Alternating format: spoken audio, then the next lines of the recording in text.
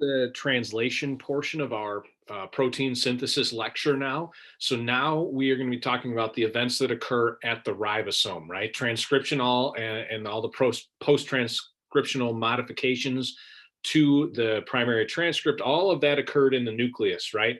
Now we're going to be looking at translation, which occurs at the ribosome, and we know that our ribosomes are located in the cytoplasm, right?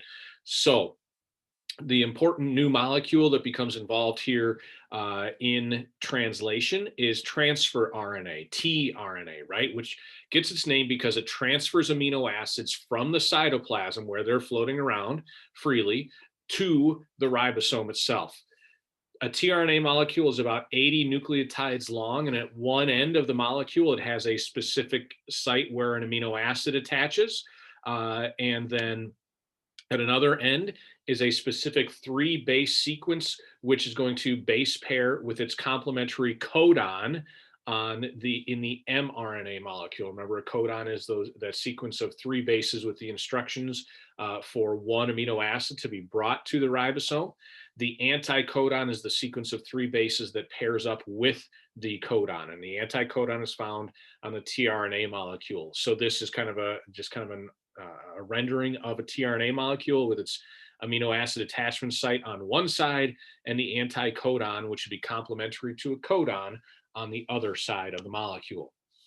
So the tRNA molecule translates from the language of nucleic acids to the language of proteins, right? So you can think of, we're going from using nucleotides as our letters of our alphabet to using amino acids as the letters of our alphabet. So we are changing languages here, right?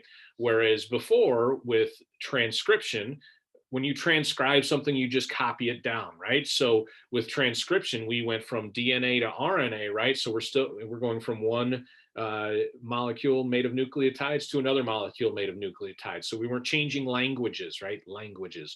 So that was transcription. We're just copying things down. Now translation going to change from using one language to another, the language of nucleotides to the language of amino acids. So how are tRNA molecules made, right? With their in other words, how is the amino acid attached to it? tRNA itself is made through transcription from DNA, but how do we get the amino acid attached to it, right? How do we pair a tRNA molecule with its correct amino acid?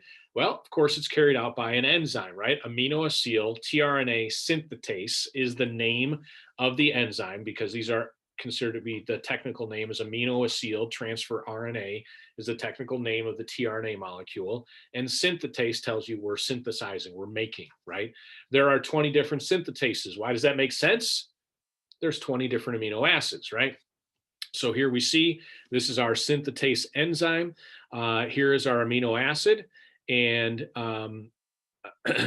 so what's going to happen is that the tRNA molecule is going to use ATP as an energy source to help drive this endergonic reaction of attaching a nucleotide onto a tRNA molecule right here. Okay. And so then we end up with our charged tRNA. It's called charged because it's had this amino acid added to it by the enzyme. Okay. One important concept in regards to what happens during translation is what's called wobble. Maybe you're familiar with Weebles that wobble, but they don't fall down. As a toy I had when I was a kid. I don't know. I'm old though. So there are actually only 45 different tRNA molecules, which might seem odd because if you think about it, how many mRNA codons are there? There are 4 to the third mRNA codons, right? There are 64 mRNA codons, but we only have 45 tRNA molecules, meaning only 45 anticodons. The reason for that is that the base pairing rules get a little bit relaxed at the third position of an mRNA codon. In other words, U on transfer RNA combined with either A or G. Okay, uracil is a pyrimidine, adenine and guanine are purines, and at that third position, for whatever reason, uracil is on a tRNA molecule combined to either adenine or guanine. And so if you look back at the mRNA codon chart that you've seen, codons, different codons for the same amino acid usually differ at that third base pair. okay, or that third base, right? So AGA or AGG both code for arginine. So synonymous codons for the same amino acid usually differ in that third base position, but not the others. Usually, there are exceptions that prove the rule, but usually it's at that third position. Okay, so ribosomes, right? Because now I mentioned ribosomes are what is going to be important here. And I'm just going to move this for just a second so you can see the diagram a little better. Ribosomes are where translation is going to be taking place, right? And so we need to take a look at the structure of a ribosome here to start with. Ribosomes are made of a pirate's favorite type of RNA, rRNA, ribosomal RNA. And other proteins found in the nucleolus of eukaryotes. Okay, rRNA is the most abundant RNA. Okay, and it contains a binding site for messenger RNA, one for the tRNA that holds the growing polypeptide chain called the P site, and a binding site for the next tRNA to be brought with its amino acid to the ribosome called the A site. And then there's a site for the exiting tRNA molecule that's already dropped off its amino acid called the E site. And I think I misspoke here.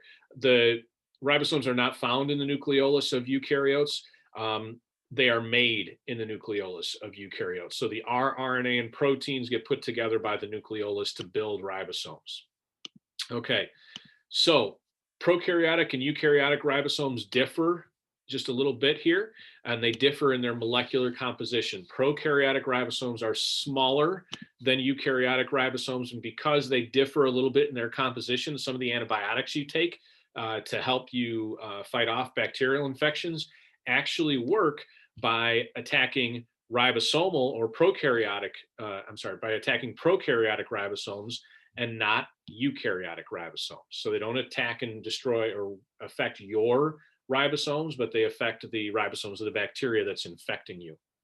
One thing I want you to notice, all ribosomes are made of two parts, a small subunit and a large subunit, whether they're prokaryotic or eukaryotic ribosomes. They have a small subunit and a large subunit together. Tetracycline and streptomycin are two examples of antibiotics that affect bacterial ribosomes, but not eukaryotic ribosomes. So how do we build a polypeptide, right? We're going to have to go through the same types of steps that we did with transcription. In other words, we're going to have initiation, we're going to have elongation, we're going to have termination, right? So the first thing that happens, the initiator tRNA, the first tRNA molecule with its amino acid will bind to the small subunit of the ribosome, okay? And then that small subunit of the ribosome then binds to the 5' cap of our messenger RNA. Remember, the messenger RNA had a GTP molecule added to the 5' end. That is where the binding site of the ribosome attaches to the mRNA molecule. The ribosome then scans its way down the messenger RNA until it finds the start codon. And then that initiator tRNA, that very first tRNA, hydrogen bonds to that start codon. So there's a specific sequence of 3 bases that serves as the start codon. That those 3 bases are on the mRNA are always AUG. That is the start codon. That is where this initiator tRNA will bind. And so it's always the same amino acid that we find at the beginning of our polypeptide chain start. It's always going to be methionine that gets brought in here. Now, these proteins polypeptides undergo a lot of modifications after translation, and oftentimes that methionine might be removed. So not all polypeptides in their final form have methionine as the very first amino acid. Okay. Now, after the initiator tRNA here binds to the start codon, then the large subunit attaches to the small subunit and everything else here, the tRNA and everything else, and it forms what's called the translation initiation complex. Okay, all of these parts get brought together by proteins, by initiation factor proteins, so they don't just magically float around and find each other. They're directed by proteins. And all of this requires the expenditure of cellular energy in the form of GTP. Okay. So at this point, then, we've got the initiator tRNA located in the P site of the large subunit of our ribosome. Okay. The A site here is ready for the next tRNA molecule to come in and bring its amino acid to the ribosome. So now that initiation is over, we can elongate the polypeptide chain. So amino acids get added one at a time in a three-step process. The first step is codon recognition. The anticodon of a tRNA molecule base pairs with its complementary mRNA codon in the A site. This requires the use of GTP.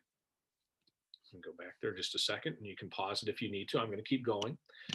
All right, so the next step is going to be peptide bond formation. So the rRNA of the ribosome catalyzes the peptide bond formation between the amino acid in the P site and the amino acid in the A site. So remember, we said that ribosomes are made of rRNA and proteins, and it's actually the RNA portion of the ribosome that is the catalytic portion. So it's going to be acting as a ribozyme here.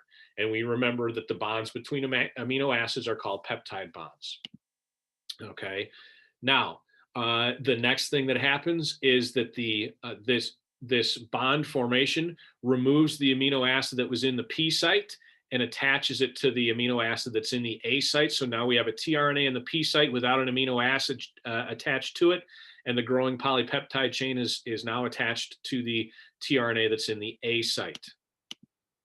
Okay. And now we have translocation occurs. So the ribosome translocates the tRNA in the A site to the P site. The tRNA in the P site moves to the E site and is released. Okay. And the ribosome moves the mRNA with its bound tRNA and brings the next codon into the A site. Okay. So this gets moved over, right? So now we slide this over. Okay. So this is where we were. Right? This is going to be slid down so that this tRNA ends up in the E site. This tRNA with a growing polypeptide chain ends up in the P site, and the A site is open for the next tRNA molecule to come in. Okay. This again requires the hydrolysis of GTP.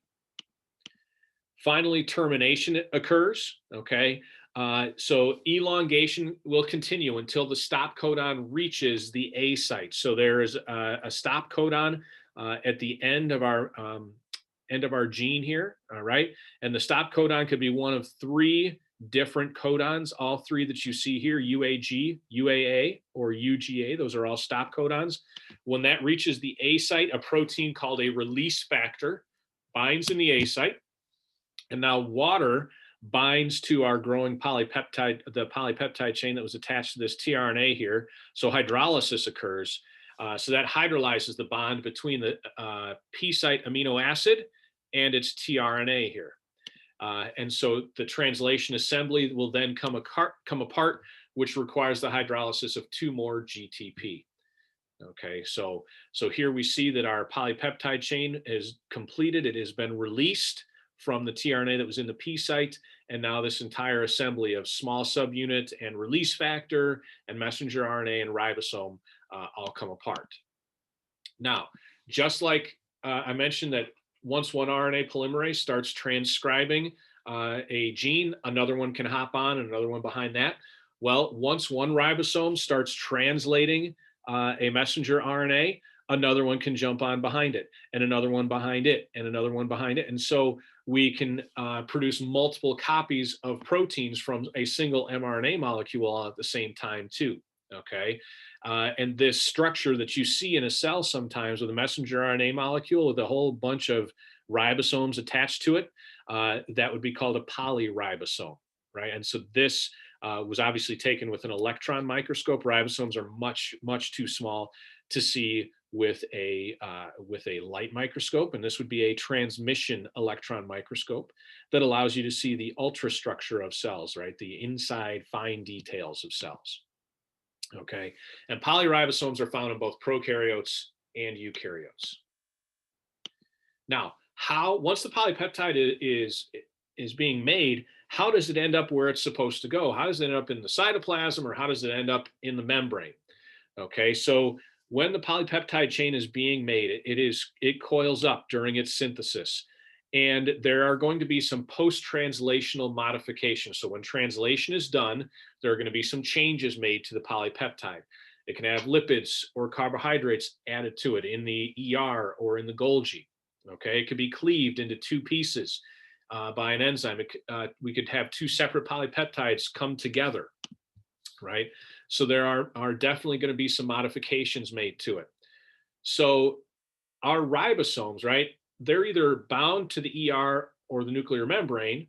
So they're either bound ribosomes or they are free ribosomes, which means they're floating in the cytoplasm. And ribosomes can switch back and forth from being bound to being free to going back to being bound. Okay. But polypeptide synthesis always begins in the cytosol, right? So it always begins with free ribosomes. Any proteins that are destined for the endomembrane system, remember that is going to be your nuclear membrane, your ER, your Golgi, your plasma membrane, your lysosomes, right? Any structures that are made from there, those are part of the endomembrane system. Any proteins that are destined for the endomembrane system are marked by a signal peptide at the beginning of the polypeptide. The first 20 or so amino acids form this signal peptide region that targets the protein to be brought to the ER. Okay.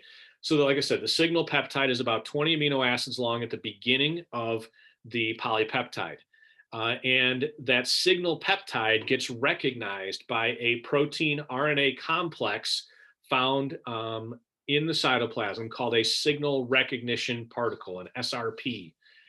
The SRP will bind to that signal peptide and then bring the ribosome and this polypeptide that's being formed to a receptor protein in the membrane of the endoplasmic reticulum. Okay, and the growing polypeptide will then enter into the lumen of the ER through the pore associated with that membrane protein. The signal peptide is removed by enzymes inside of the lumen of the ER because it served its function. It's not actually part of the functional polypeptide that's made at the end. It is just there to have a signal recognition particle grab onto it and bring it to a membrane protein receptor. If the protein that is being made is supposed to be secreted out of the cell, then it is fully released into the ER lumen. If it is supposed to end up as a membrane protein, right, embedded in the membrane, then that polypeptide remains in the ER membrane. And we looked at the sidedness of membranes when we studied cell membranes and figured out how parts that are proteins in the membrane that are supposed to end up outside of the cell end up on the outside, and the ones that are supposed to be on the inside of the cell end up on the inside. So we've kind of looked at that before. Okay, and so that is how translation works. I'm going to stop there. And the last lecture I'm going to record is on mutations. Okay, and how mutations can affect protein structure and function and what mutations are.